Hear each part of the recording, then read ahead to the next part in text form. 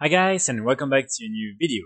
In today's video, I want to talk about a farm that you can do. This is actually a PvP farm, and it can reward you with some very interesting items that you can then sell on the auction house for a lot of gold, and you will also get a lot of 366 armor pieces. So this is definitely a good farm to do if you want to gear up, and also if you want to make some extra gold.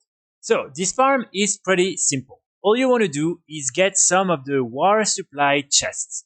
The war supply chests are some chests that can be randomly dropped anywhere in the Dragon Isles. And when you open it, when someone from your faction opens it, then you can, for maybe 30 seconds to 1 minute, open the chest and you will receive a couple of items. So most of the time, you will receive some of these bloody tokens, then you will receive some rosing ire, and finally, you have a chance at getting some rare recipes.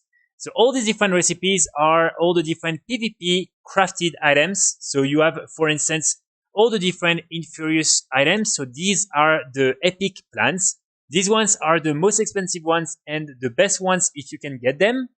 And then you will also have the different crimson ones. So the crimson ones are the green plants, and trust me, even these ones sell for a lot. For instance, I just sold one for 100k gold, and I just got another one that I will try to also sell for 100k gold. So these are the main items we're after, but you of course have a few more things. For instance, you will then be able to get some recipes in order to craft some materials, such as, for instance, the different inferior scales, inferior heights, influence alloys. So all these different things are pretty good and can definitely make you also quite a lot of gold.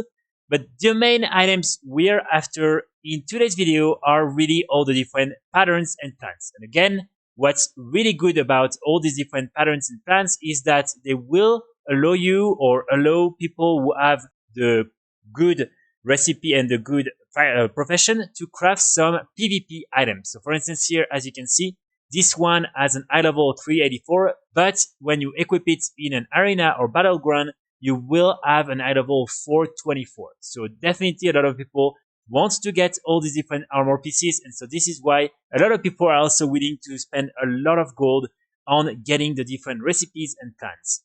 So just to run you through the prices of most of these different recipes. So for instance, for this one, which is a level working one, as you can see, it's going to be around 400k gold on average on European realms. For this tailoring one, it's very similar, 420k gold on average. This one is 450k gold.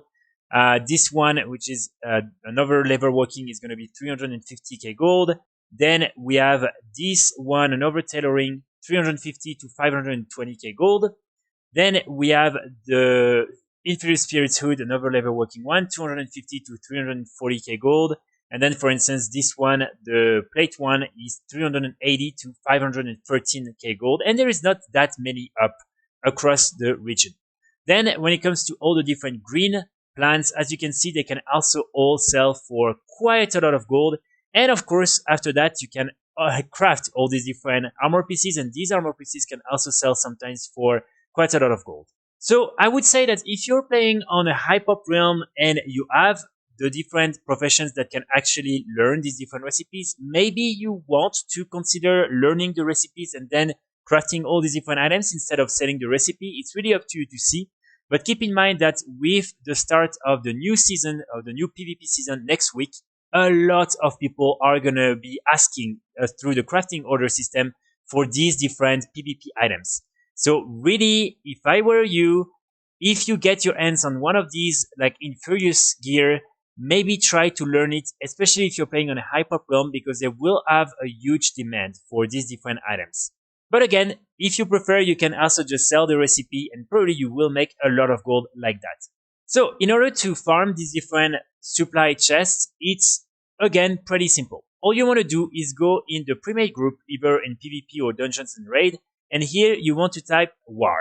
Normally you will have a couple of these groups up, so as you can see there is quite a lot, and all you have to do is join the group. Then you want to wait for someone to say there is a drop in this zone, and then you want to rush towards this zone, and like that you will be able to open the chest and then get the different items. So this is something that works really well. Normally you will be able to get quite a lot even in 1 hour.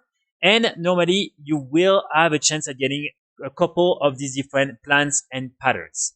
So my best recommendation is, of course, to do it in a group and also to go on top of a very high point. So you are then ready to jump and to go directly towards the point where the person has found the supply chest.